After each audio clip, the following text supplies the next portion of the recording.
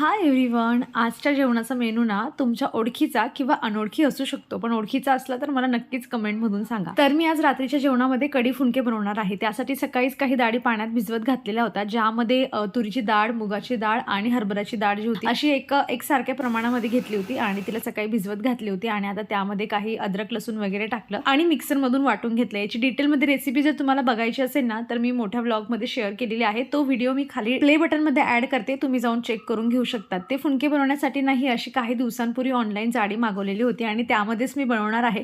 खरं तर ना हिचा शेप असा कमी जास्त होतो, त्यामुळे आपण त्याला कुठल्याही भांड्यामध्ये जे आहे ते यूज करून घेऊ शकतो. फुंके माझे ठेवलेले आहेत कुकरमध्ये आणि आता जी आहे ती मस्त कढी बनवून घ्यायची आहे. सगळं प्रिपरेशन मी केलं, पण कढीला तडका मात्र पियाच्या पप्पांनी दिलेला होता आणि खरंच खूप छान कढी बनली होती. जोवर कढी बनते ना तोवर फुंके पण माझे बनवून तयार झालेले होते. तुम्ही ह्या सेम रेसिपीला तुमच्या भाषेत जर काही वेगळं म्हणत असाल ना मला नक्की कमेंटमधून सांगा. चला आता आम्ही कढी फुंके एन्जॉय करतो. आपण भेटूयात नेक्स्ट व्लॉगमध्ये. बाय.